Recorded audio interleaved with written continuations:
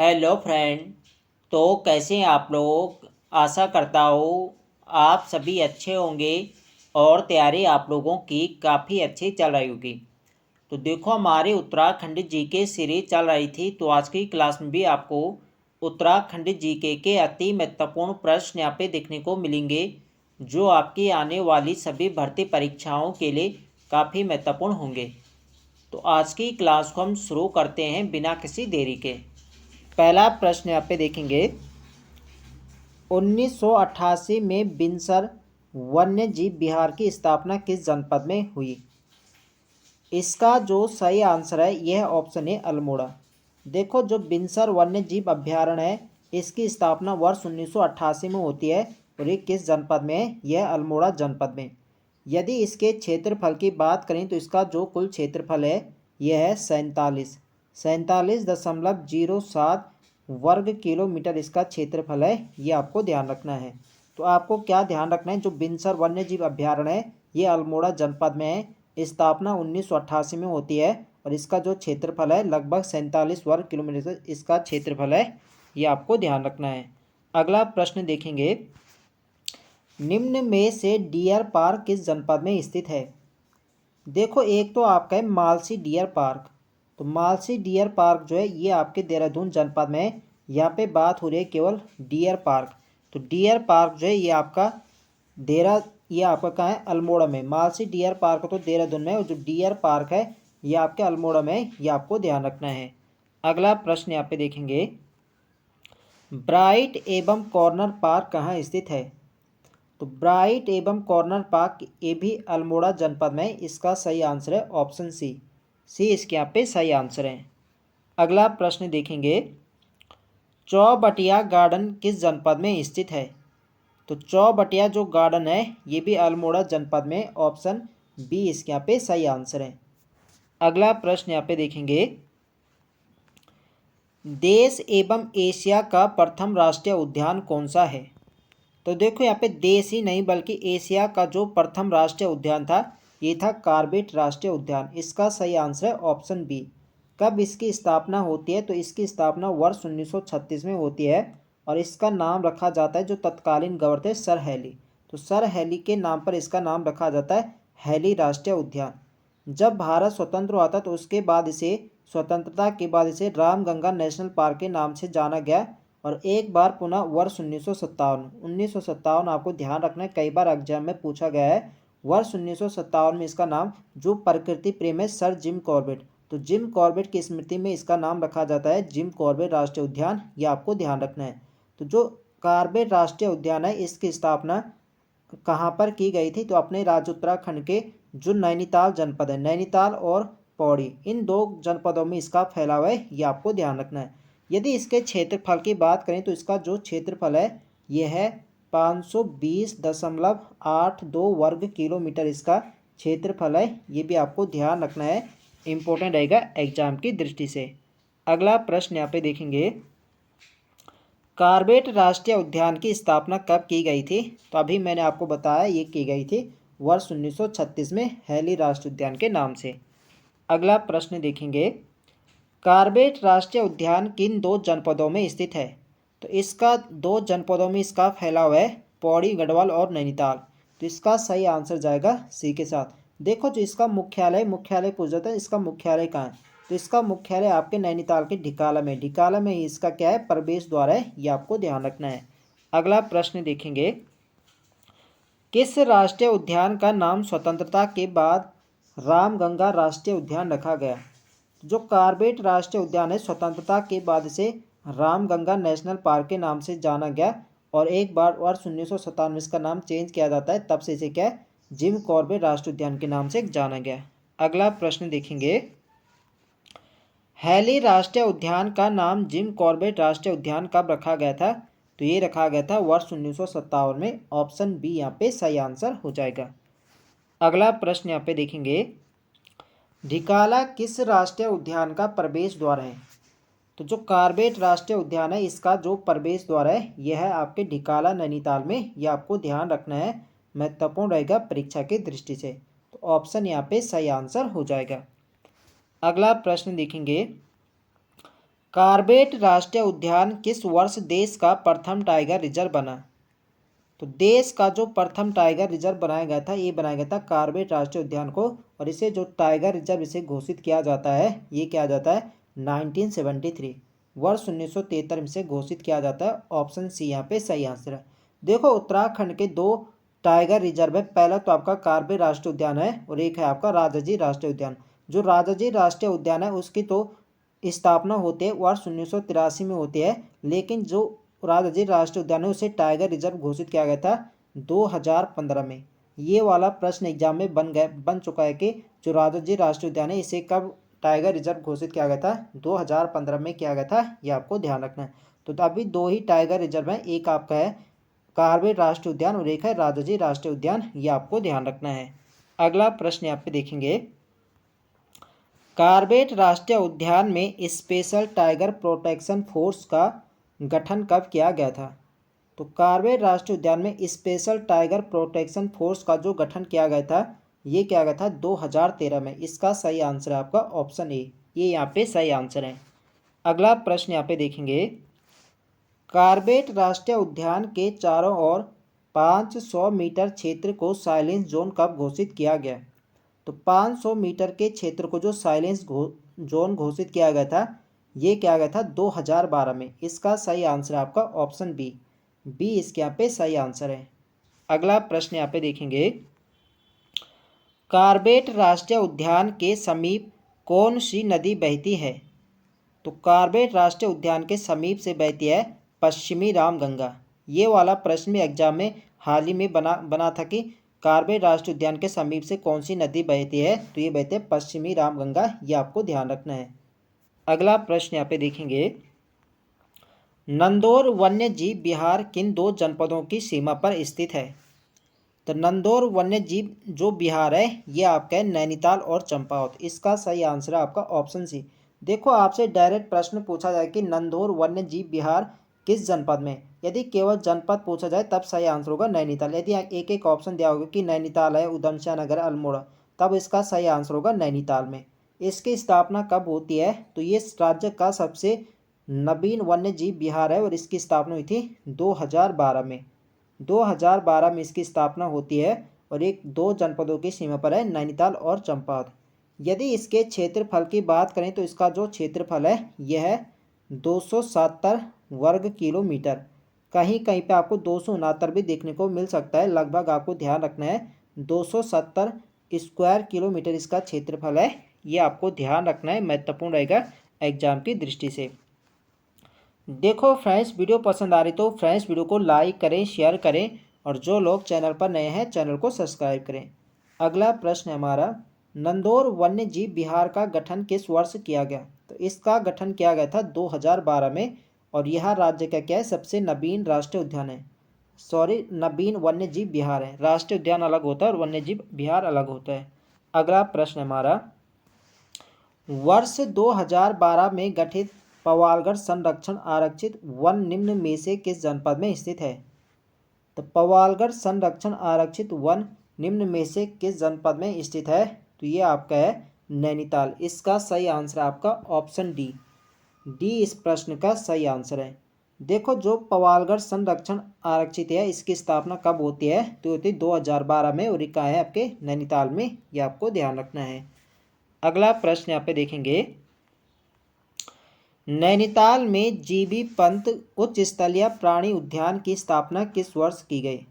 तो जीबी पंत यानी गोविंद बल्लभ पंत उच्च स्तरीय प्राणी उद्यान की जो स्थापना की गई थी, ये की गई थी नैनीताल जनपद में, और कब की गई थी? ये की गई थी वर्ष 1995 में। ऑप्शन यहाँ पे सही आंसर है। अगला प्रश्न यहाँ पे देखेंगे, नंदा देवी राष्ट्रीय उद्यान कहाँ स्थित है? तो नंदा देवी जो राष्ट्रीय उद्यान है ये आपके हैं चमोली जनपद में, और इसकी स्थापना कब होती है राष्ट्रीय उद्यान के रूप में? तो इसकी स्थापना हुई थी वर्ष 1982 में। वर्ष 1982 में इसकी स्थापना होती है, और यदि इसकी क्षेत्रफल की बात करें तो इसका क्षेत्रफल लगभग 624 वर्ग किलोमीटर इसका क्षेत्रफल है, ये आपको ध्यान रखना है।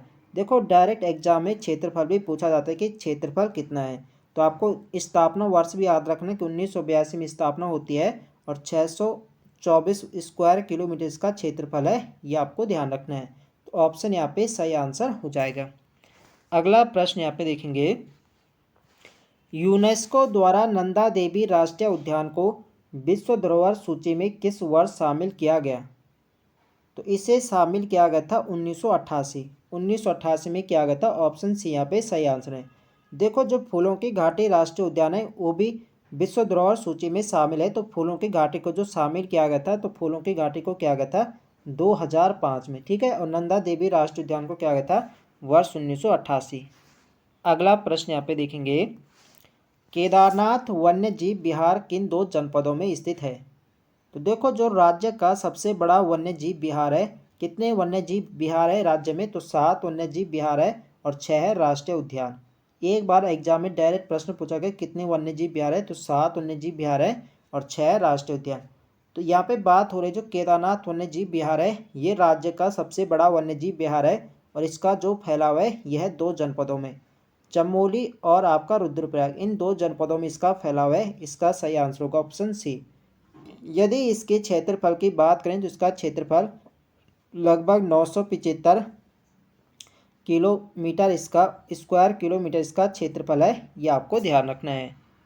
अगला प्रश्न यहाँ पे देखेंगे, केदारनाथ वन्य जीव विहार की स्थापना कब की गई? तो केदारनाथ वन्य जीव विहार की जो स्थापना की गई थी वर्ष 1972 में इसकी स्थापना की जाती है। ऑप्शन यहाँ पे सही आंसर हो जाएगा। अगला प्रश्न है हमारा, उत्तराखंड का सबसे बड़ा वन्य जीव विहार कौन सा है?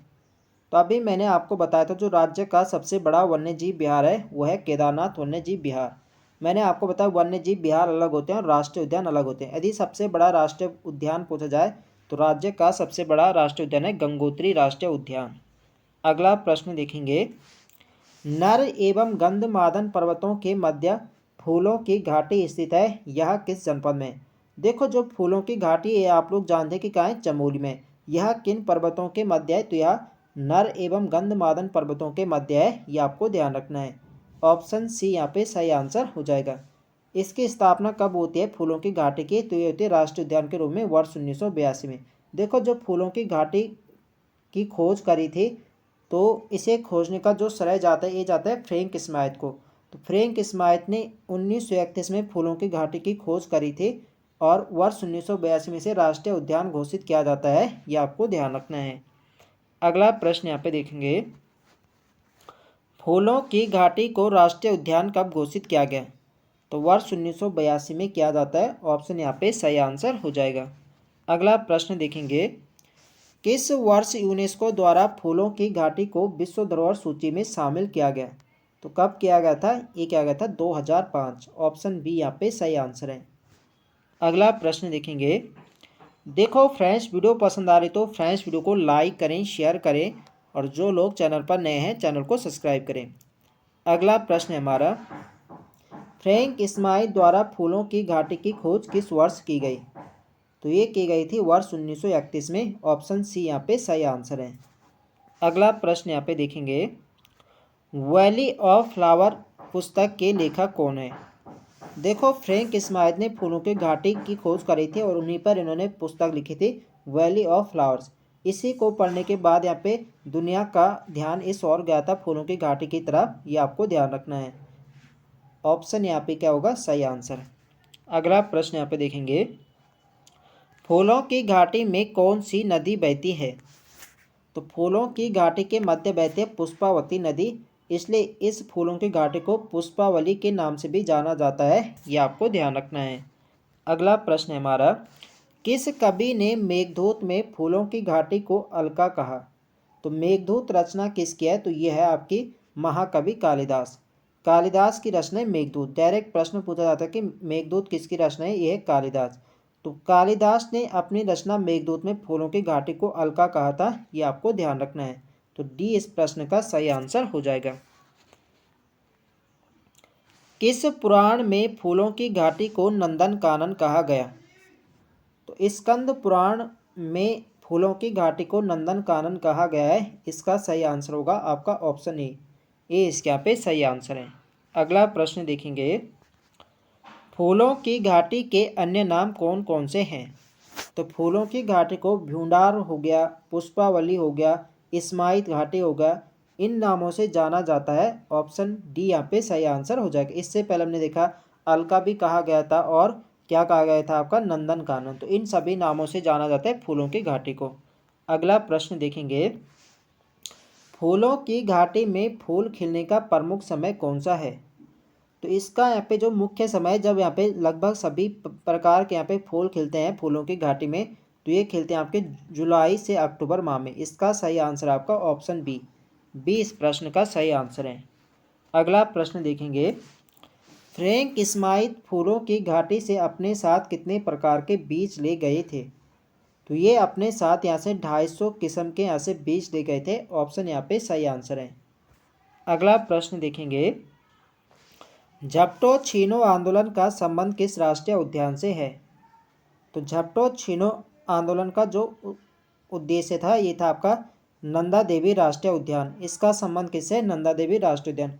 देखो जो झपटो छीनो आंदोलन था तो यहाँ के पास के गांव थे, इनके द्वारा क्या था, नंदा देवी राष्ट्रीय उद्यान में अपना हक बहाल करने के लिए कि हम अपने पशुओं के लिए चारा कहाँ से लाए, तो इससे संबंधित एक आंदोलन था। और ये कब हुआ था? ये हुआ था 1998 वर्ष 1998 झपटो छीनो आंदोलन होता है। और इसका संबंध कहाँ से है? यह है नंदा देवी राष्ट्रीय उद्यान से। अगला प्रश्न यहाँ पे देखेंगे, 301 वर्ग किलोमीटर क्षेत्र में फैला सोना नदी वन्य जीव विहार कहाँ स्थित है? तो सोना नदी वन्य जीव विहार कहाँ है? ये आपका है पौड़ी गढ़वाल। इसका सही आंसर आपका ऑप्शन डी। यहाँ पे कितने वर्ग किलोमीटर में फैला है? तो इसका जो क्षेत्रफल है ये 300 वर्ग किलोमीटर इसका क्षेत्रफल है। और इसकी स्थापना कब होती है? ये होते हैं वर्ष 1987। वर्ष भी आपको ध्यान रखना है, कई बार एग्जाम में पूछा गया है।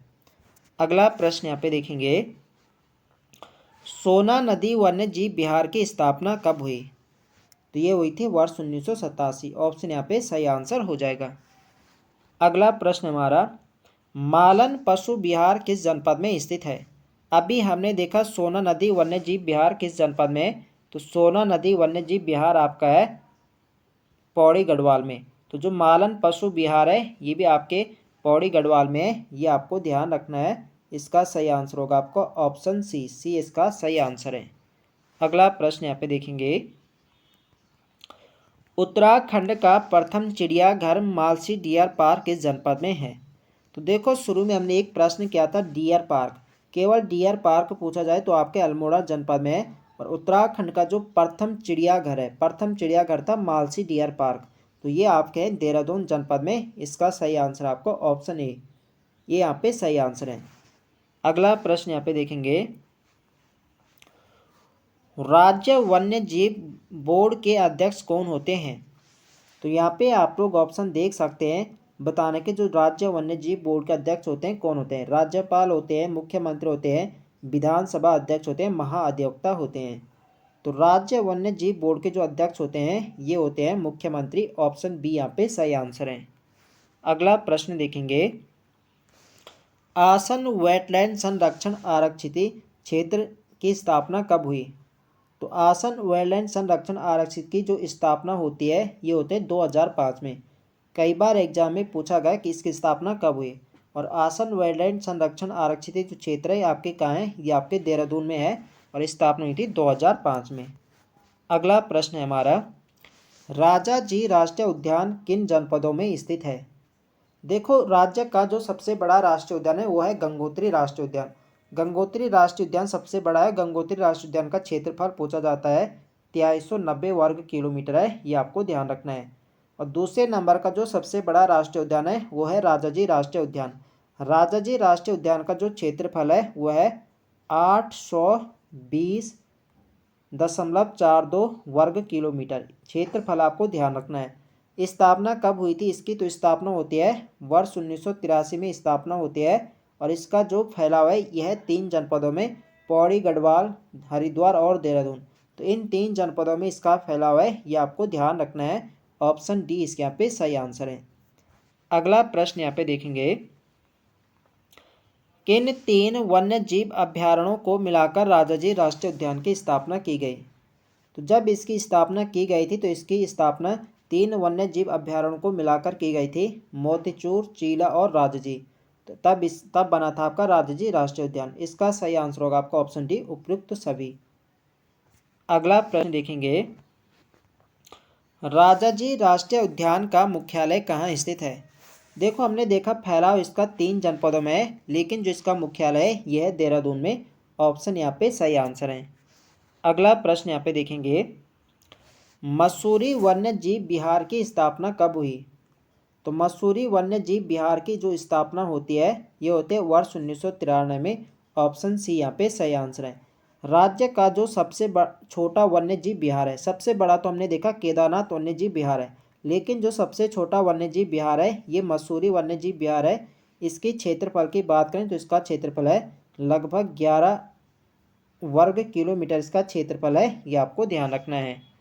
अगला प्रश्न देखेंगे, राजाजी राष्ट्रीय उद्यान की स्थापना कब की गई? तो इसकी स्थापना होती है वर्ष 1983 में। ऑप्शन यहाँ पे सही आंसर है। अगला प्रश्न देखेंगे, मसूरी वन्य जीव विहार का संबंध किस पक्षी से है? तो जो मसूरी वन्य जीव विहार है इसका संबंध है पहाड़ी बटेर, माउंटेन कोयल के लिए इसका संबंध है। ऑप्शन बी यहाँ पे सही आंसर है। अगला प्रश्न है हमारा, निम्न में से कौन सा युग्म सही है? तो यहाँ पे देख सकते हैं आसन वेटलैंड संरक्षण आरक्षित क्षेत्र देहरादून में, बिल्कुल आपका क्या है देहरादून में, बिल्कुल सही हो जाएगा। भारतीय वन्य जीव संस्थान देहरादून में बिल भी सही है, और sir George Everest house Mussoorie में ये भी बिल्कुल सही है। तो सभी यहाँ पे सही है, तो ऑप्शन डी होगा उपयुक्त सभी। सभी यहाँ पे क्या सही है। अगला प्रश्न देखेंगे, तो आज के लिए यहाँ पे इतने ही प्रश्न है। तो आई होप आप सभी को वीडियो पसंद आए तो फ्रेंड्स वीडियो को लाइक करें, शेयर करें, और जो लोग चैनल पर नए हैं चैनल को सब्सक्राइब करें। मिलते हैं नेक्स्ट वीडियो में, तब तक के लिए जय हिंद दोस्तों।